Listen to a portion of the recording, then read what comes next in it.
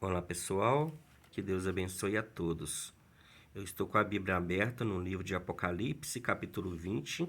Eu quero ler o versículo 11 até o versículo 15 para nossa edificação. Antes de eu ler essa passagem, eu quero falar sobre o que está escrito no livro aos Hebreus, capítulo 9, versículo 27, que está escrito: aos homens está ordenado morrer uma vez, vindo depois disso o juízo. Então, depois da morte, segue-se o juízo. E aqui, nessa passagem aqui, está falando sobre o juízo final.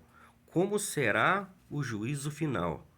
Está escrito assim: e vi um grande trono branco, e o que estava assentado sobre ele, de cuja presença fugiu a terra e o céu, e não se achou lugar para eles. E vi os mortos, grandes e pequenos, que estavam diante de Deus. E abriram-se os livros, e abriu-se outro livro, que é o da vida. E os mortos foram julgados pelas coisas que estavam escritas nos livros, segundo as suas obras. E deu o mar os mortos que nele havia, a morte e o inferno deram os mortos que neles havia, e foram julgados cada um segundo as suas obras.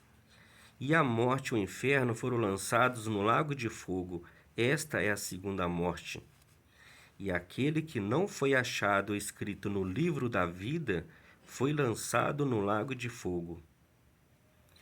Então nós vemos aqui sobre o juízo final, todos os que morreram desde Adão até naquele último dia, aquele último que nasceu, todos um dia vão comparecer diante do trono de Deus para serem julgados.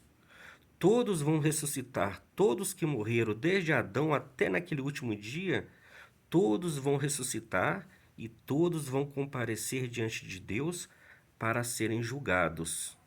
E aqui a gente vê que naquele dia vai ser um dia tão terrível que a terra e o céu vão tentar fugir e a Bíblia fala que não se achou lugar para eles.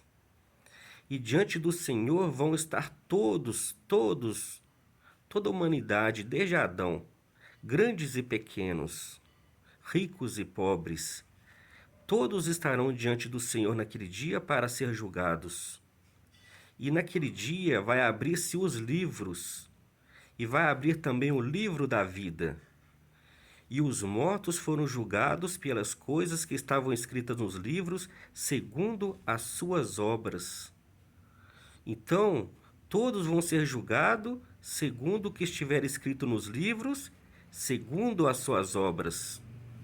Isso mostra que tudo que a gente faz aqui na terra está sendo registrado lá no céu.